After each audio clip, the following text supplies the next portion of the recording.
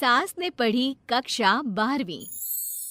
पाखी एक multinational company में काम करने के साथ सोशल एक्टिविस्ट भी होती है, जो ऑफिस खत्म होने के बाद शाम को घर आकर जरूरतमंद छोटे बच्चों को फ्री में पढ़ाती है। उसकी इस खूबी से बाकी लोगों के साथ सास भी बहुत खुश होती है।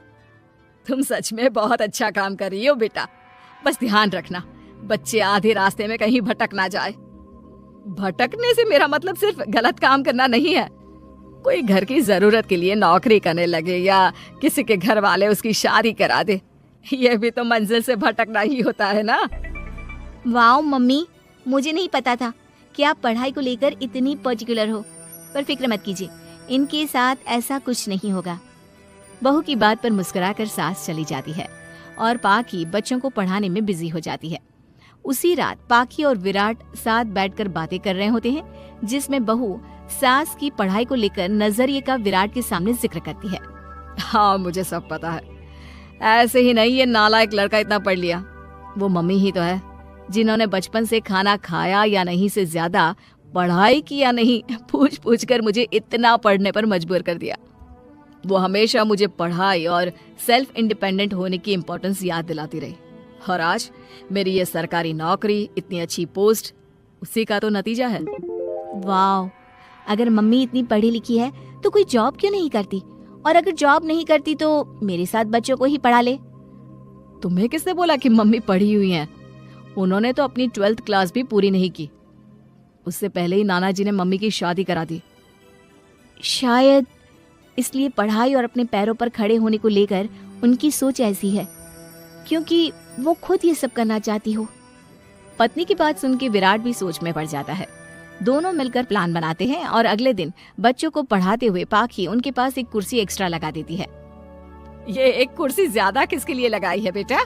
कोई नया बच्चा आने वाला है क्या? हाँ जी, आज से मेरी एक नई बच्ची मेरे पास, यानी कि मेरी सास, दोबारा पढ़ाई शुरू करने वाली है। अरे क्या पागल जैसी बात कर रही है? भला ये भी मेरी कोई उम्र है बच्चों के बीच बैठकर पढ़ने की? तू बस ना इनके भविष्य पर ध्यान दे, मुझ पर नहीं। मम्मी, सीखने की कोई उम्र नहीं होती, बस इच्छा होती है, और मुझे पता है कि आपके अंदर वो इच्छा आज भी जिंदा है। अरे तू बस अपने काम और इन बच्चों पर ध्यान दे। यहाँ बस सबको बोलने से मतलब है, किसी को नहीं सोचना। अगर बात बाहर निकली तो समाज क्या सोचेगा और परिवार का कितना नाम बदनाम होगा। मम्मी, आपने पापा और इस परिवार के बारे में बहुत सोच लिया। सबकी खुशियों के लिए अपने सपने बहुत कुर्बान कर दिए। अब ये वक्त अपने पर ध्यान देने का है। और जिस समाज की आप बात कर रही हो ना, उसकी तो आदत है हर कामयाब होते इंसान पर पत्थर मारने की। बेटी को भी बहू का साथ देते देख सास गुस्से में अपना सर पकड़कर बड़बड़ाते हुए वहाँ से चली जाती है। ये स्टूडेंट थोड़ी जिद्दी है, पर इन्हें मैंने 12th क्लास पास नहीं कराई तो मैं भी अपनी सास की बहू नहीं। ये देखने में तो मजा ही आ जाएगा। इसी के साथ पति पत्नी मिलकर सास को पढ़ाने के मिशन पर लग जाते हैं, लेकिन सास उनकी हर कोशिश को नाकाम कर देती है। एक शाम विराट अपनी मम्मी के लिए 12th क्लास की बुक्स लेकर आता है, जिन्हें देखकर इस बार सास का गुस्सा उन दोनों पर मानो फूट ही पड़ता है। अरे तुम दोनों का दिमाग खराब हो गया है क्या, जो ये बेवजह की जिद पकड़े बैठ गए हो? मैंने एक बार बोल दिया ना, मुझे कोई पढ़ाई नहीं करनी। इसके बाद मेरी पढ़ाई को लेकर मुझे घर में कोई जिक्र नहीं चाहिए। पोता पोती पकड़ने की उम्र में किताबें पकड़ूंगी तो अच्छी लगूंगी क्या? अरे परिवार का मजाक बन जाएगा। मम्मी, पोते पोती आप पढ़ने के बाद भी तो खिला सकती हो। और रही मजाक बनाने वाले लोगों की बात, तो उनके पास खुद का कोई सपना होता नहीं, इसलिए दूसरों की उड़ान रोकने की कोशिश करते रहते हैं। बस एक बार माँ, आप कोशिश तो करो। अगर अच्छा नहीं लगा तो हम दोबारा कभी नहीं बोलेंगे। बेटी की बात सुनकर माँ सोच में पड़ जाती है और ये सोचती है कि थोड़े दिन पढ़ लेती हूँ और उसके बाद पढ़ने में अच्छा नहीं लग रहा ये बोलकर मना कर दूंगी। ऐसी प्लानिंग बनाकर वो पढ़ने के लिए तैयार हो जाती है। मौके का फायदा उठाकर तुरंत वे लोग सास का ओपन से 12th में एडमिशन करा देते हैं। मम्मी, आज से आपकी सारी जिम्मेदारी मेरी। अब तो आपका नाम टॉपर के लिस्ट में आने से कोई नहीं रोक सकता। ये मेरे सीधे बच्चे, इन्हें अंदाजा भी नहीं कि माँ का प्लान क्या है। पाखी सास को पढ़ाना शुरू करती है।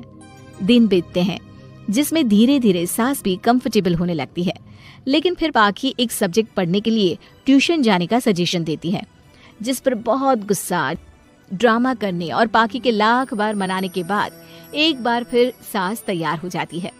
थैंक यू मम्मी, आपको नहीं पता कि आपका 12th क्लास पढ़ना हम दोनों के लिए कितना जरूरी है। अब ये सिर्फ आपका नहीं, हमारा सपना भी बन गया है। बहू की बात सुनकर सास अपने प्लान को लेकर सोच में पड़ जाती है। अगले दिन पाखी सास के साथ उन्हें ट्यूशन छोड़ने जा रही होती है, जहाँ रास्ते में पड़ोस की कुछ औरतें बैठी मिलती हैं।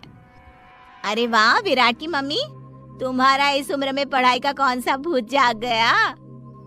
बहू को बोलो कि पोता पोती दे दे और बच्चों के साथ खेलो। अरे क्या उनके बीच बैठकर अपनी खिल्ली उड़वाने चल पड़ी। आंटी जी, जब सरकार या भगवान ने सीखने की कोई उम्र नहीं रखी तो आपको क्या दिक्कत है? अरे देखो तो जरा, बहू की जुबान कैसे कैंची जैसी चल रही है।